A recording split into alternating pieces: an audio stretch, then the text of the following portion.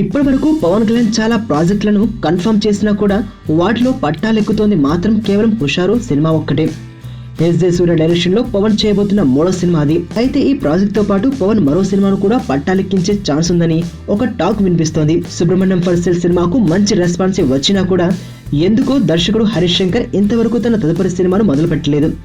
అప్పట్లో మనోడు బన్నీతో ఒక సినిమా చేస్తాడని, ఆ తర్వాత సొంతగా ఓ 2 చిన్న సినిమాలు ప్రొడ్యూస్ చేస్తాడని టాక్ వచ్చింది, కానీ వాటిలో ఏదీ నోచుకోలేదు. ఇకపోతే ఇప్పుడు వినిపిస్తున్న టాక్ ఏమిటంటే మనోడు పవన్ కళ్యాణ్ ను డైరెక్ట్ చేయబోతున్నాడట. ఎలాగో ఇప్పటికే గబ్బర్ సింగ్ తీసి షబాస్ అనిపించుకున్నాడు. ఇప్పుడు మరోసారి పవన్ డైరెక్షన్ ఛాన్స్ ఈజీగానే ఇస్తాడు.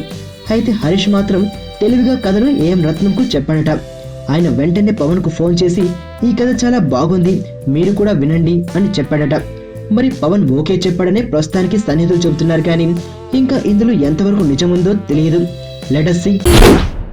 వైలెన్స్ లేకుండా చూడగలిగే లవ్ స్టోరీలు ఎప్పుడు వస్తాయి కదా. నీలో ఈ కోణం కూడా ఉందని నాకు తెలీదు. Adventure time. నిన్ను పెళ్లి చేసుకోవాలి, ఐశ్వర్య తెలివిగా చంపాలి. నాకు తెలిసి ఒక్కడే శత్రువు ఉన్నాడు. నేరం బయటపడే ఛాన్సే లేదు.